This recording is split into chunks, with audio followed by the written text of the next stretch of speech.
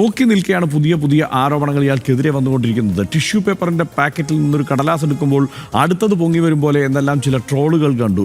ട്രോളും തമാശയുമല്ല, കൺമുന്നിൽ വന്ന സകല സ്ത്രീകളെയും ലൈംഗികോപകരണമായി മാത്രം കണ്ട സെക്ഷൽ പെർവേർഷൻ്റെ മനുഷ്യാകാരമായ ഒരു തരംതാണ ഒരു രീതി നിരന്തരം കാട്ടിയ മനുഷ്യൻ ഇവിടെ പൊതുപ്രവർത്തകനും ജനപ്രതിനിധിയും ഒക്കെയായി നമുക്കിടയിൽ 7 ദിവസം മുമ്പ് വരെ ഉണ്ടായിരുന്നു എന്നോർക്കുമ്പോൾ നമ്മളെല്ലാം ലജ്ജിക്കണം. സ്ത്രീകളും കുട്ടികളും ഉള്ള ഇടങ്ങളിൽ നിന്നെല്ലാം ഇയാളെ അകറ്റി നിർത്തണമെന്ന് പറയുന്നത് അയാൾ ചെയ്ത അതിക്രൂരമായ അക്രമത്തെ അതിജീവിച്ചവർ മാത്രമല്ല, മുൻ സഹപ്രവർത്തകരായ സ്ത്രീകൾ കൂടിയാണ്.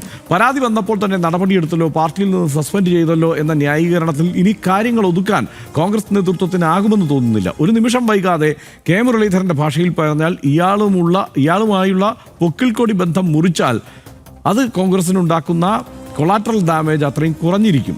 പിന്നെ ഒളിവ് ജീവിതത്തിൻ്റെ കാര്യം, മാങ്കൂട്ടത്തിൽ എന്തായാലും ഈ കള്ളനും പോലീസും കളി സ്വമേധയാ മതിയാക്കുമെന്ന് തോന്നുന്നില്ല. കേരള പോലീസ് അവരുടെ ശരിയായ കഴിവ് പുറത്തെടുക്കണം, കഴിയുന്നതും വേഗം നടപടി പാലിച്ച് ഈ അപകടകാരിയെ പിടിച്ചകത്തിടണം എന്നുകൂടി RDX ആവശ്യപ്പെടുന്നു, അഭ്യർത്ഥിക്കുന്നു.